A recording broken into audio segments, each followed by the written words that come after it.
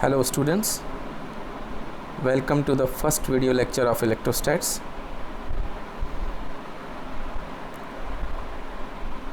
Here we'll proceed with the chapter number 1, electric charges and fields. So this first chapter belongs to electrostats.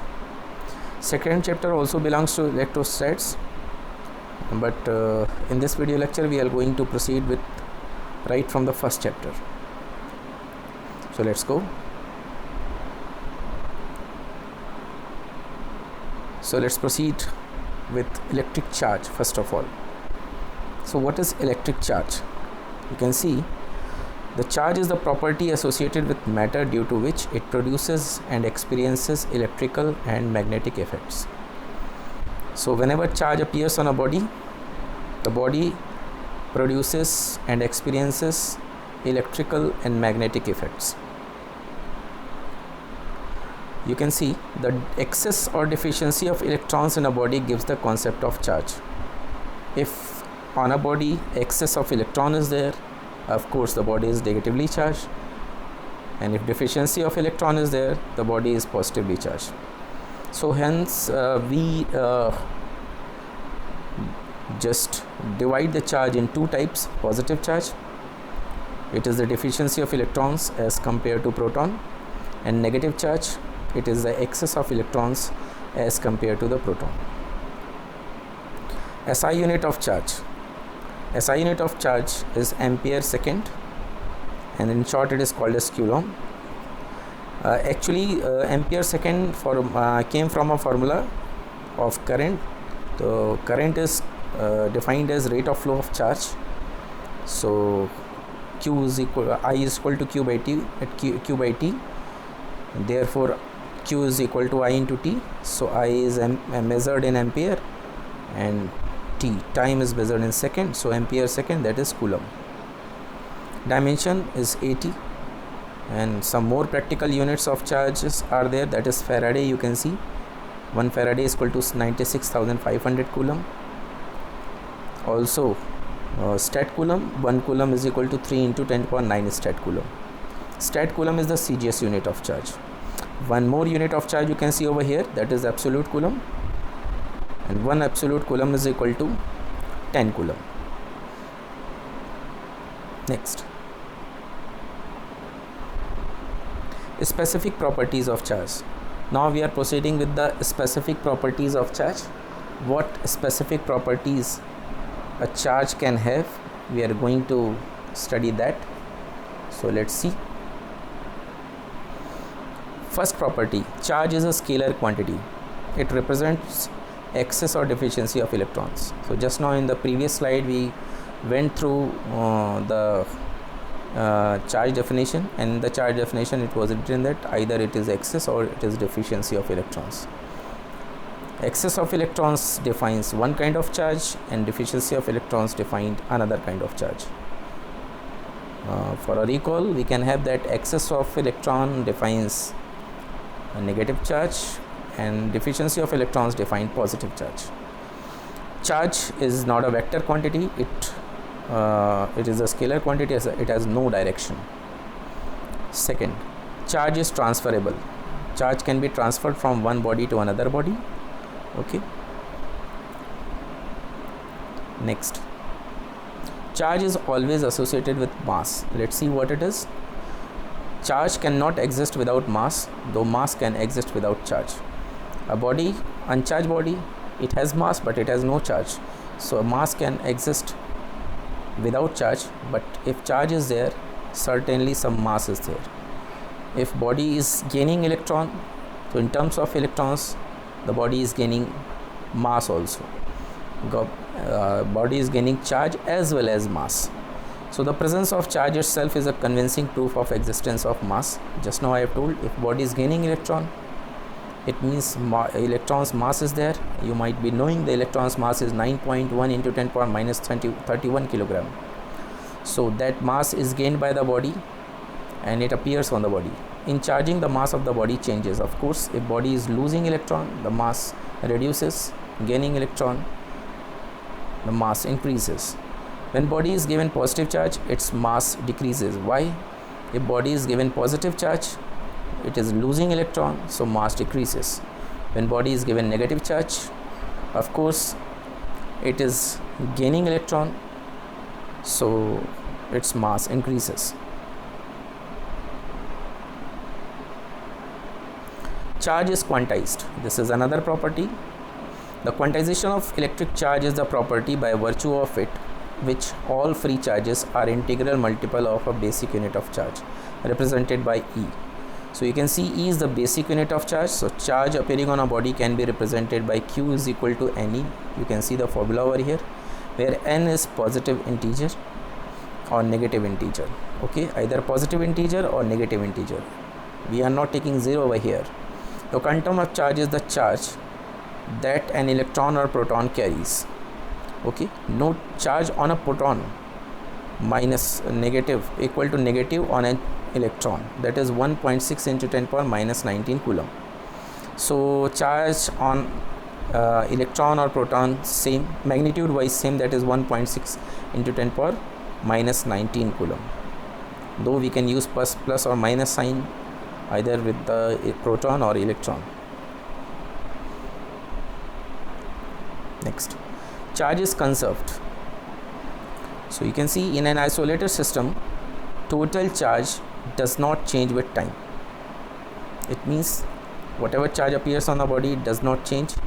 If that system is isolated, it is not interacting with another's charged system. Though individual charge may change, that is, charge can neither be created nor be destroyed.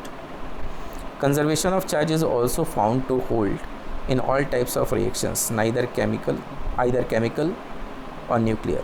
No exceptions to the rule have ever been found. It means we cannot have any kind of contradiction in this rule, that is, charge is conserved. For example, if sodium is broken, sodium chloride is broken in terms of sodium ion and chlorine ion, so Na plus Cl minus, as a whole the total charge is 0, and initially also NaCl, the charge was 0, so charge is conserved. Charge is invariant. So invariance of charge, another property of charge we are going to proceed with. The charge is independent of frame of reference. It means charge does not depend on the frame of reference. That is, if the frame of reference is changing, then charge on the body does not change. It means if a body is at rest, the charge remains same. If body is in motion, the charge remains same. Only effect changes. That is what? Let's go through. Accelerated charge radiates energy. If charge or charge body is in accelerated motion, then that charge body or charge will radiate energy. If velocity is 0, it means if a body is at rest, that charge body will only, or charge will only produce electric field. If the charge body is moving with constant velocity, you can see if V is equal to constant, then that particular charge or charge body produces electric and magnetic field both. Okay, E means E stands for electric field and B stands for magnetic field. But here radiation does not occur. Okay, you can see over here at last it is written V is not constant. If V is not equal to constant, it means the charge is under accelerated motion. So in that situation it will radiate energy.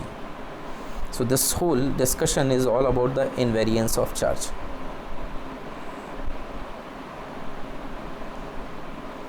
So let's proceed to the methods of charging. What are the methods of charging? So now we are going to proceed with that. The first method we are going to proceed is the friction, charging by friction. So charging by friction occurs when a body is rubbed on another body. If we rub one body with other body, electrons are transferred from one body to another. Transfer of electrons takes place from lower work function body to higher work function body. It means a body can have the tendency to lose electron. So of course that body is having lower work function, and another body which is gaining electron and it is not losing electrons, so it is having higher work function. So the body which is losing electron and having lower work function, the electrons are transferred from that body to another body. Okay, so the body which is losing electron will become positive charge because deficiency of electron, as we have defined previously, and the body which is gaining electron will have negative charge, as it will have the efficiency of, or we can say excess of electrons. You can see in the figure, the glass rod is rubbed with silk, so glass rod will lose electron and the silk will gain electron, so glass rod will acquire positive charge and the silk will acquire negative charge. And this whole method of charging is called as charging by friction.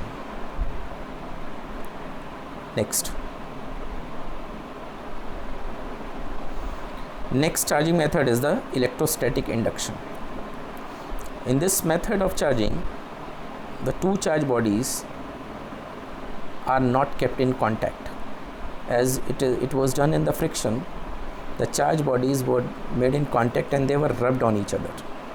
But here in electrostatic induction, no rubbing. It means no contact with between two bodies. So you can see over here it is written, if a charge body is brought near a metallic neutral body, the charge body will attract opposite charge and repel similar charge present in the neutral body. As a result of this, one side of the neutral body becomes negative charge while the other positive. This process is called as electrostatic induction. You can see a positive rod is brought in figure A. You can see the positive rod is brought near a metallic sphere which is mounted on an insulated stand. So the stand is insulated so that charge cannot be transferred to the earth. So that positive charge rod will attract the electrons of that metallic sphere and will repel the positive charges on the other side. Okay, now if in the second figure B, you can see if we ground the another surface or right side of the surface, the electrons will come from the ground and they will neutralize these positive charges, and ultimately this object, or we can say metallic sphere, will become negatively charged. Here a point has to be noted over here, that is what, when the second, or we can say the right side surface is connected to the earth, then electrons come from the earth to neutralize the positive charge, right? And as we remove this positively charged rod from the vicinity of this metallic sphere, the charge is distributed over the sphere and the metallic sphere becomes negatively charged. So this whole method you have seen that no contact between the two bodies. It was only placed in the vicinity. The charged rod was placed in the vicinity of a metallic sphere. So this method is called as electrostatic induction. Next, some important facts associated with the induction. The first fact is what? Inducing body neither gains nor loses charge. The body which induces, you can see in this particular slide, the previous slide I am again showing to you, this positive charge rod is inducing body. Okay, so this rod, positive charge rod, is not losing the electron or gaining the electron. It is only done by the induction. It is done only by placing this body in the vicinity of another body. And one more thing, these negative charges which are acquired over the left surface of the metallic sphere are bound charges because they are bound with the attraction force of positive charge glass rod. So they are bound charges, but the positive charges which are acquired on the right surface of the metallic sphere are free charges because they are repelled by the positive charge rod and they are free to neutralize with electrons coming from the ground. So inducing body neither gains or loses electron. Second point, the nature of induced charge is always opposite to that of inducing charge. So if induced charge, you can see this rod's charge is inducing charge, and this metallic sphere charge, final charge on metallic sphere, that is negative. So opposite, the induced charge is opposite to inducing charge. Rod is positive charge, and finally the metallic sphere is negatively charged. Third point, induction takes place only in bodies either conducting or non-conducting, and not in particles. Okay, so induction only takes place in the bodies, not in the particles. It does not mean that the body is conducting or non-conducting. It is not mandatory over here. The body may be conducting, may be non-conducting, may be metallic, may be insulator, but it should not be a particle, it should be a body. Next, the third method of charging we are going to proceed with is the conduction. So let's see what is conduction. Electrostatic conduction is, it means charging by conduction. The process of transfer of charge by contact of two bodies is known as conduction. If we are going to make the contact between the two bodies, then that the transfer of charge takes place, and that particular transfer of charge method of transfer of charge is called as conduction. So let's see what it is. If a charged body is put in contact with uncharged body, the uncharged body becomes charged due to the transfer of electrons from one body to another. The charged body loses some of its charge, which is equal to the charge gained by the uncharged body. So as much charge is lost by the charged body, same charge is gained by the uncharged body. The charge gained by the uncharged body is always lesser than the initial charge present on the charged body. Third point, flow of charge depends upon the potential difference of both the bodies. Okay, so the flow of charge takes place from higher potential to lower potential. Positive charge flows from higher potential to lower potential, while negative charge flows from lower to higher. So if the we are going to have the flow of positive charge, so that will occur from higher potential to lower potential. If we are going to have the flow of negative charge, or we are going to consider the flow of negative charge, so it will be from lower to higher potential. Next, some important facts associated with the induction. So let's see what are they. The first fact is what? Inducing body,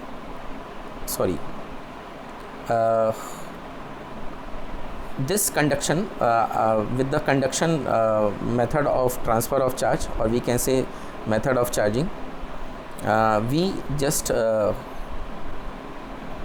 patch up the methods of transfer of charge. There are three methods which we have studied in this video lecture till now. Now with this we are going to proceed with the interaction between the two charges or two charge bodies. So that will come under the next slide. So let's see what it is.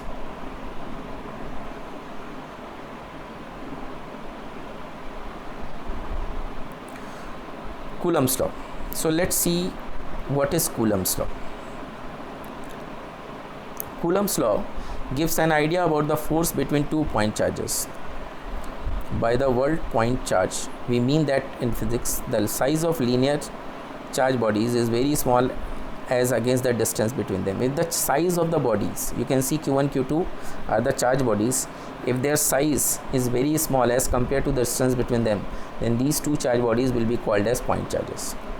Okay, so if they are at a distance r, you can see in the figure the Q1, Q2 charge bodies are at distance r. Okay, so in that case they may have Q1, Q2 may have same charges.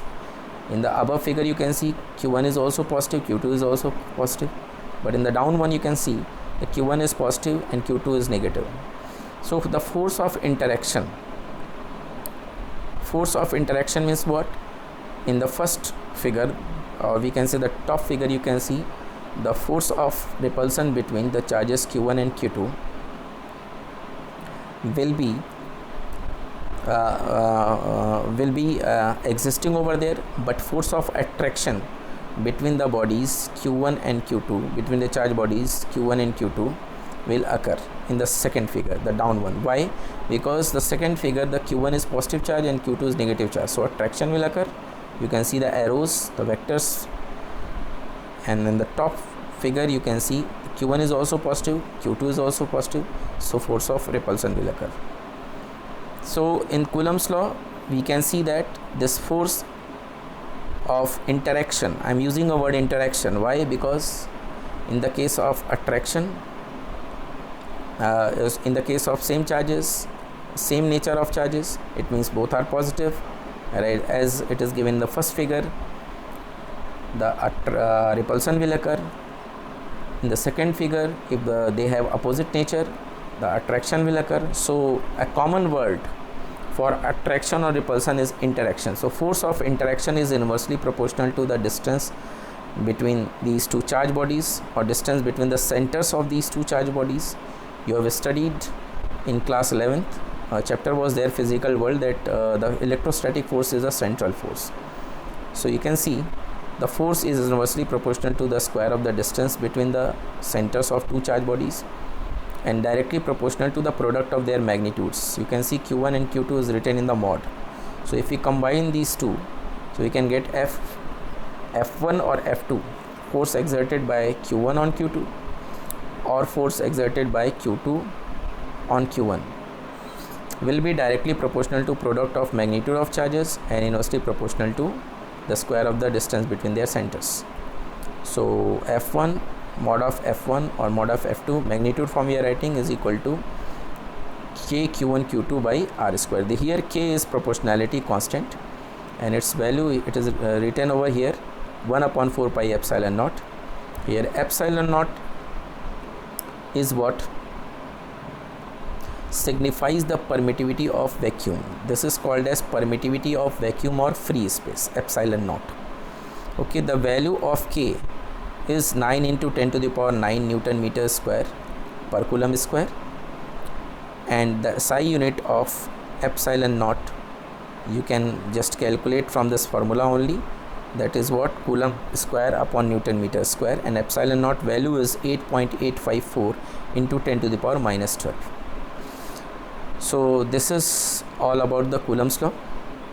Now here we just patch up this video lecture, the first video lecture or first lecture of electrostats.